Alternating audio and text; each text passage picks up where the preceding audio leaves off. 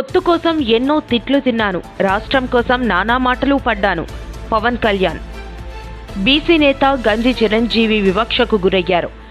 Security సిబ్బంది చిరంజీవిని ఆపి మరీ తనిఖీ చేశారు. ఆ వీడియో సోషల్ మీడియాలో షేర్ చేయగా తెగ వైరల్. తొగిట హత్య కేసును ఛేదించిన పోలీసులు భర్తే సుపారీ ఇచ్చి దారుణానికి ఒడిగట్టి. సీఎం జగన్కు రాజీనామా లేఖ పంపించిన ఎంపీ. అధికార పార్టీకి మరో గట్టి ఎదురు దెబ్బ.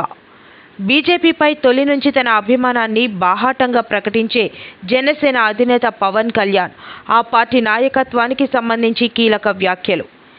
ఢిల్లీ లిక్కర్ స్కామ్ కేసులో ఎమ్మెల్సీ కల్వకుంట్ల కవితకు సీబీఐ మరోసారి నోటీసులు జారీ.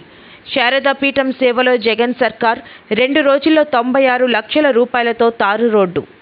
ఉత్తరాంధ్రను దోచుకునేందుకు వైసీపీ ప్రభుత్వం 3కి లైసెన్స్ ఇచ్చిందని బొత్స, విజయసాయిరెడ్డి, వైవి సుబ్బారెడ్డి పందికొక్కులా తింటున్నారని నారా లోకేష్ విమర్శించారు.